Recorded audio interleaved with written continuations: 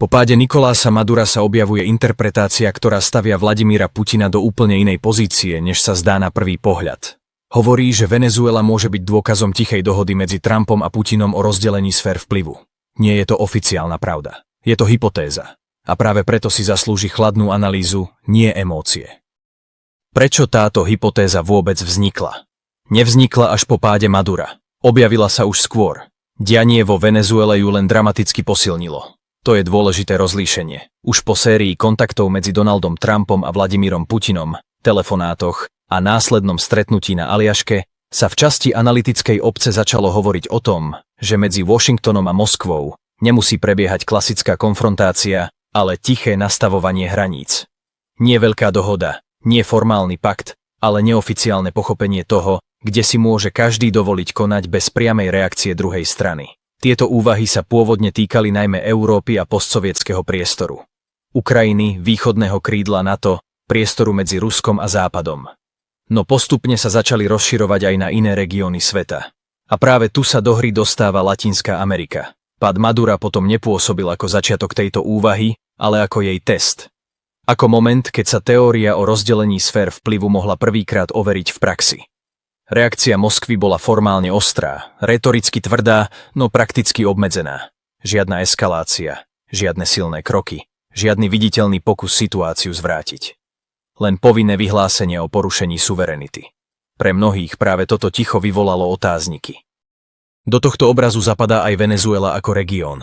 Krajina, ktorú Rusko politicky podporovalo, no nikdy ju nemalo pod skutočnou kontrolou. Bez vojenských kapacít, bez logistiky, bez reálnej možnosti zasiahnuť. Ak by existovalo neformálne rozdelenie sfér vplyvu, Latinská Amerika by logicky patrila medzi priestory, kde Moskva nemá silné páky a kde jej odpor zostáva prevažne symbolický. A práve tu sa často spomína aj Alexander Dugin. Ruský ideológ, ktorý dlhodobo hovorí o svete rozdelenom na civilizačné bloky a sféry vplyvu. V jeho koncepcii je Južná Amerika opakovane označovaná ako prirodzená sféra Spojených štátov. Nie ako morálne hodnotenie, ale ako geopolitický fakt. Dnes mnohí tieto výroky čítajú spätne ako ideologický rámec toho, čo sa vo Venezuele odohralo. Keď sa tieto prvky spoja, predchádzajúce špekulácie o rozdelení sveta, intenzívna komunikácia Trumpa s Putinom, Duginova koncepcia sfér vplyvu a následne pád Madura bez tvrdej ruskej reakcie, vzniká hypotéza, ktorá pre časť publika začína dávať zmysel. Ak by išlo len o chaos, reakcie by boli iné. Ak by išlo len o improvizáciu, videli by sme viac odporu. Práve táto zvláštna kombinácia tvrdých slov a mäkkých činov otvorila priestor pre teóriu, že Venezuela nebola prekvapením, ale tolerovaným krokom. Ak by to bola dohoda, ak by sme na chvíľu pripustili, že rozdelenie sfér vplyvu medzi Washingtonom a Moskvou skutočne existuje, neznamenalo by to návrat do studenej vojny. Znamenalo by to návrat k ešte staršiemu princípu, že veľmoci si medzi sebou rozdelia priestor, kde sa nebudú navzájom blokovať, aj keď sa verejne tvária ako nepriatelia. V takomto scenári by Venezuela nebola výnimkou, ale precedensom. Signálom, že Spojené štáty si berú späť Latinskú Ameriku ako vlastnú zónu vplyvu bez toho, aby rátali s tvrdou reakciou Moskvy. Nie preto, že by Rusko súhlasilo s americkými krokmi, ale preto, že by ich akceptovalo ako cenu za voľné ruky inde. A práve tu sa dostávame k Európe. Ak by Venezuela zapadala do logiky tichého rozdelenia sveta, znamenalo by to, že Rusko očakáva kompenzáciu v priestore, ktorý považuje za existenčný. Nie na druhom konci planéty, ale v bezprostrednom susedstve. Vo východnej Európe. Na Ukrajine. V postsovietskom priestore. V tomto zmysle by pád Madura nebol izolovanou epizódou, ale súčasťou neformálnej rovnováhy. Spojené štáty si konsolidujú západnú hemisféru. Rusko si nárokuje rozhodujúci vplyv na východ od hraníc NATO.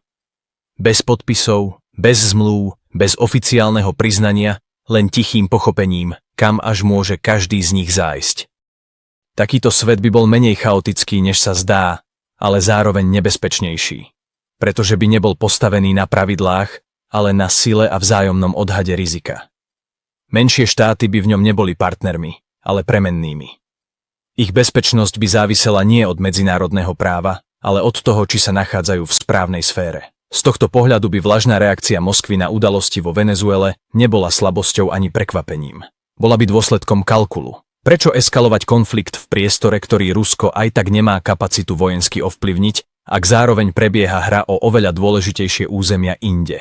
Ak by táto logika platila, Venezuela by nebola o Latinskej Amerike. Bola by o tom, čo si veľmoci navzájom dovolili potichu pustiť z rúk, výmenou za priestor, ktorý považujú za kľúčový pre vlastnú bezpečnosť a moc. Lenže práve v tomto bode sa táto hypotéza začína stretávať s realitou. Pretože geopolitika nie je len o území a sférach vplyvu. Je aj o peniazoch, zdrojoch a dlhodobých nákladoch. A presne tam sa tento príbeh začína lámať. Kde sa hypotéza láme? Na prvý pohľad môže myšlienka tichého rozdelenia sfér vplyvu pôsobiť logicky. Lenže geopolitika sa nikdy neodohráva len medzi dvoma aktérmi. A v tomto prípade existuje hráč, bez ktorého sú akékoľvek dohody medzi Washingtonom a Moskvou len polovičné. Čína. Ak by Spojené štáty a Rusko skutočne uzatvárali neformálnu dohodu o sférach vplyvu, musela by do nej zapadať aj čínska realita. Lenže práve Venezuela je priestor, kde sa čínske záujmy s americkými priamo križujú. Peking tam dlhodobo investoval, poskytoval úvery, viazal dodávky ropy na splácanie dlhov a budoval si energetickú poistku mimo Blízkeho východu. Ak Spojené štáty preberajú kontrolu nad venezuelským ropným sektorom, nie je to úder len voči Madurovi. Je to zásah aj do čínskej energetickej stratégie. A tu sa objavuje prvý zásadný problém hypotézy. Neexistuje žiadny náznak, že by Čína s niečím takým súhlasila, alebo že by jej to bolo kompenzované inde. Rozdelenie sfér vplyvu medzi dvoma mocnosťami nedáva zmysel vo svete, kde tretia mocnosť má porovnateľnú váhu a často aj dlhší strategický horizont. Čína nehrá hru krátkodobých politických gest, hrá hru stability dodávok, dlhých kontraktov a postupného budovania vplyvu. A Venezuela do tohto modelu zapadala. Ešte dôležitejší je však ekonomický rozmer, ktorý sa týka Ruska. Ak by bola Venezuela odovzdaná Spojeným štátom výmenou za voľné ruky inde, Moskva by musela získať niečo, čo jej strategicky vyhovuje. Lenže kontrola nad venezuelskou ropou znamená presný opak. Dlhodobo dostupná venezuelská produkcia, aj keď nenastúpi okamžite, vytvára tlak na globálne ceny ropy. Nie skokový, ale systematický. A práve takýto tlak je pre Rusko najnebezpečnejší. Ruský rozpočet je citlivý na každé dlhšie obdobie nižších cien. Každý dolár dole znamená miliardy výpadkov, slabšiu menu, menší manévrovací priestor v zahraničnej politike aj vnútornej stabilite. Inými slovami, ak by Rusko vedome akceptovalo americkú kontrolu nad venezuelskou ropou, akceptovalo by aj budúce oslabenie vlastnej ekonomickej pozície. To nie je výhodná výmena, to je strategická strata. A napokon je tu ešte jeden triezvy argument. Spojené štáty nemusia s Moskvou nič deliť preto, aby konali vo Venezuele. Rusko v tomto priestore nemá vojenskú kapacitu, logistiku, ani reálnu možnosť americké kroky zastaviť. Trumpova administratíva si môže dovoliť konať jednostranne.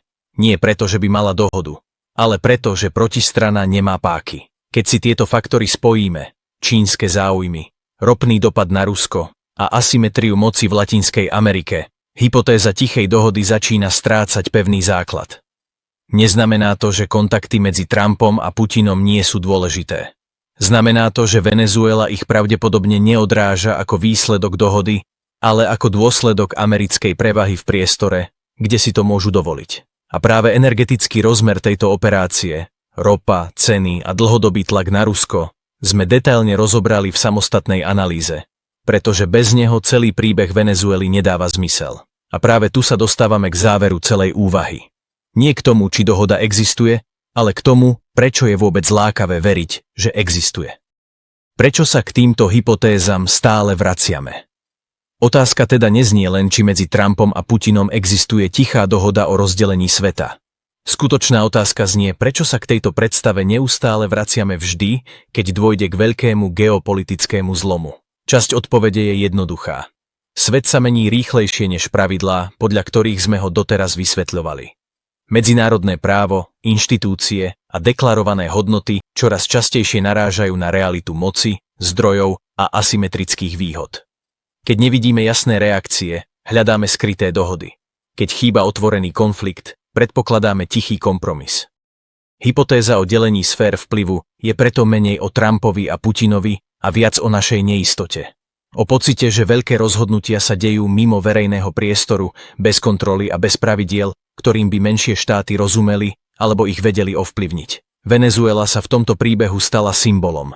Nie preto, že by sama rozhodovala o osude sveta, ale preto, že ukazuje, ako sa moc dnes presúva.